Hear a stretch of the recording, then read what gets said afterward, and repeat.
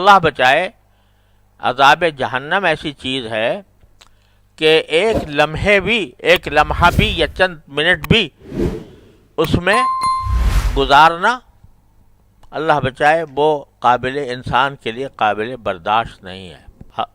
نبی کریم صلی اللہ علیہ وسلم نے فرمایا اپنے چچا ابو طالب کے بارے میں، جنہوں نے قدم قدم پر رسول کریم صلی اللہ علیہ وسلم کی مدد کی اور اپنی ساری برادری سے لڑائی مول لی رسول کریم صلی اللہ علیہ وسلم کی خاطر، لیکن آخر وقت تک ایمان نہ لا سکے۔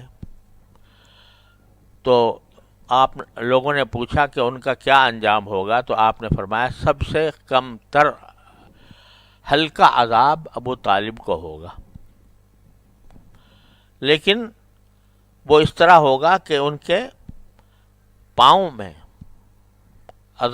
آگ ہوگی، پاؤں پر صرف، لیکن ایسی ہوگی کہ اس سے ان کا دماغ کھول رہا ہوگا۔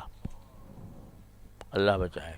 سب سے کم تر، سب سے خفیف، سب سے ہلکا عذاب یہ ہوگا۔ تو ایک مومن اگر اپنے ایمان کی وجہ سے چاہے آخر میں جنت میں چلا جائے، لیکن جو اپنے اعمال اور اخلاق کی جو سزا بھگتے گا وہ بھی کوئی ایسی نہیں ہے کہ جو آدمی کے لیے قابل برداشت ہو۔ ایک لمحے کی سزا بھی قابل برداشت نہیں ہوتی۔